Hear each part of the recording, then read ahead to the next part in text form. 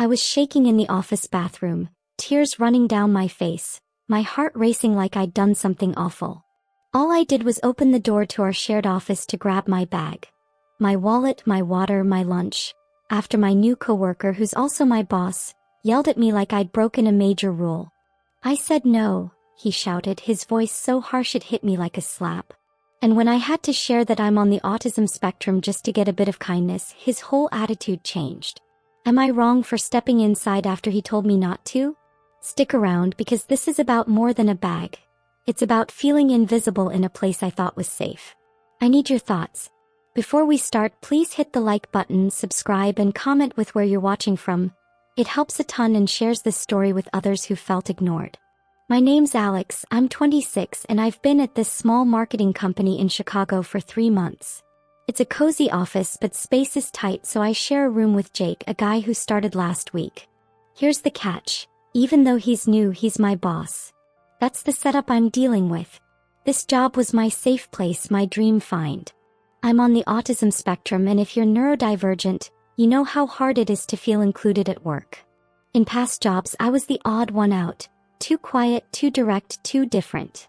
People would talk behind my back about my habits, like needing my desk organized or taking short breaks to stay calm. But this office felt special. My coworkers smiled, invited me to lunch, asked about my weekend. For the first time, I felt like I fit in. I was even thinking about staying for years, maybe growing here. That hope kept me going, until Jake's "Do Not Disturb" sign turned my safe space into a fight. It was a Thursday, one of those bright Chicago days that make you feel alive. I'd finished my work early, reports done, emails sent, everything checked off. My manager, Lisa, told me I could leave early. "Great job, Alex," she said, smiling. I was thrilled. I stepped out for 5 minutes to see if anyone needed help with last-minute tasks. No one did, so I went back to get my bag and head home. That's when I saw it. A "Do Not Disturb" sign on our office door, bold and glaring like a warning. At our company, that sign means a meeting's happening, and those can last up to an hour. My heart dropped. My bag was inside. My wallet with my train pass, my water bottle, I need to stay calm, my lunch I hadn't eaten because I was busy helping out. I couldn't just sit there hungry and stuck, waiting for Jake to finish whatever important call he was on in our shared space. I stood there staring at the sign, my mind spinning. Should I wait? Should I message him? Being on the spectrum makes these moments hard. Social rules feel like a puzzle I can't solve, and I was already overthinking everything. I saw Sarah, a coworker I trust, by the coffee machine. "What should I do?" I asked, explaining my bag was trapped inside. She shrugged and said, "Just knock." So I waited 5 more minutes, pacing, my nerves buzzing like static. I knocked, gently, politely. Jake's voice came through, short and cold. "Not now."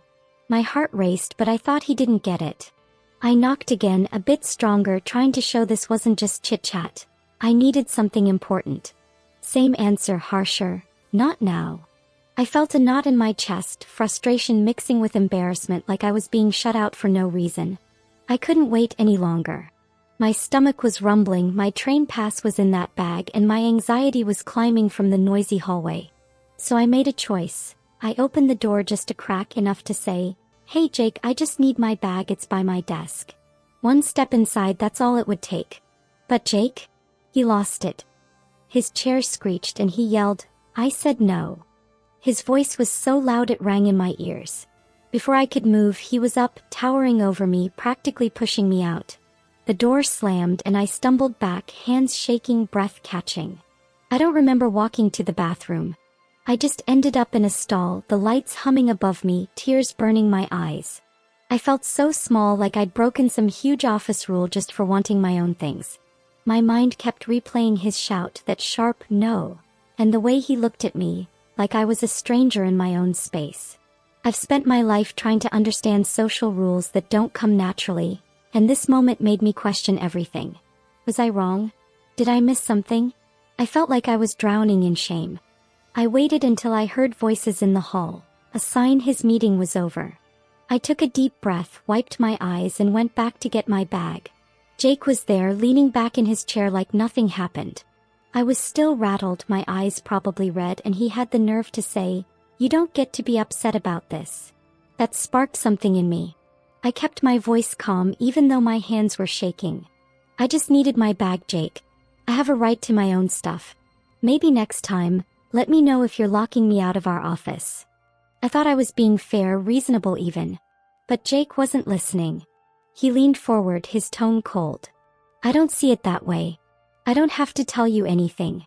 I was in a meeting. He kept repeating it like my needs didn't matter at all. Every word felt like a punch and I could feel tears coming again. I was trying so hard to stay strong, to not let him see me break. But I was losing the fight. In a moment of panic, I said, "It's harder for me, okay? I'm on the autism spectrum." The words spilled out raw and heavy. I hated saying it, hated feeling like I had to share something so personal just to be heard.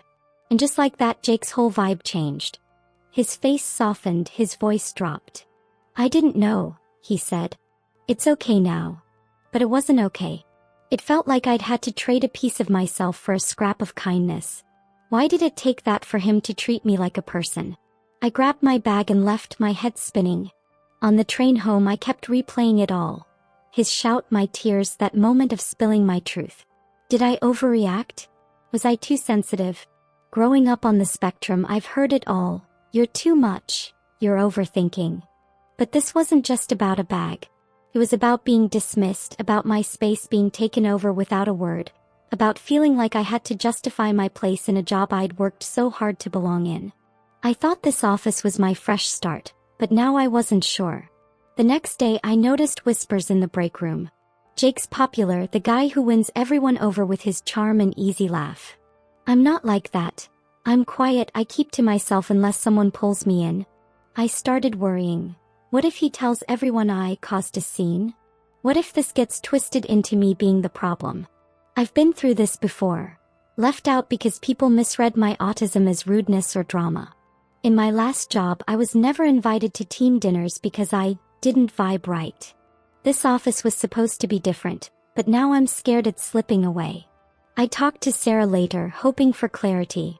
She said Jake was wrong but told me to choose my battles because he's tight with the bosses. That hurt.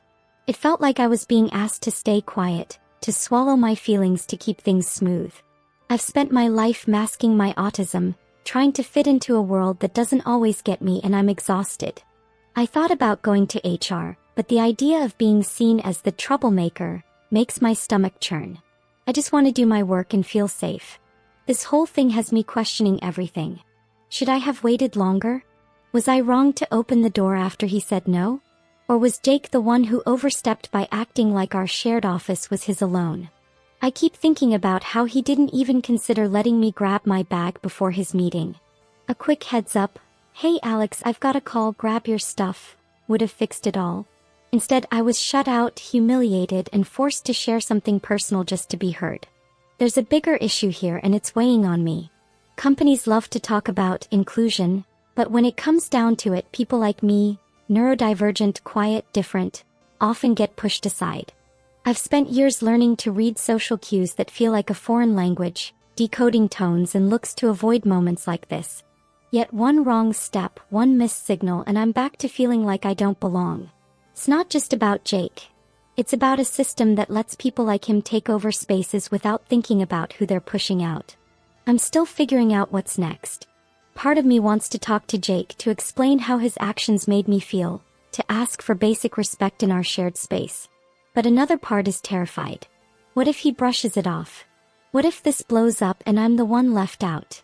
I love this job, but I'm starting to wonder if it's worth staying if I have to keep fighting to be seen. I don't want to lose the first place that felt like home, but I also don't want to keep shrinking to fit in. That's where I need you. YouTube, TikTok, wherever you're watching. Tell me, am I wrong for going in after he said no? Was I out of line for wanting my bag, or was Jake wrong for locking me out of our shared space? Have you ever been dismissed at work, made to feel like your needs don't count?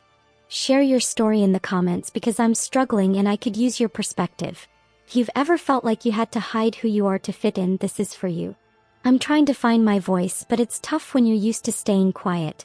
I called this channel Real Reddit Tales because that's what I've been for so long. Unseen, unheard, pushed to the side. But I'm done hiding. I want to build a space where we lift each other up, where we talk about the workplace rules that make life harder for people like me. If this story hit you, please like, subscribe, and share it.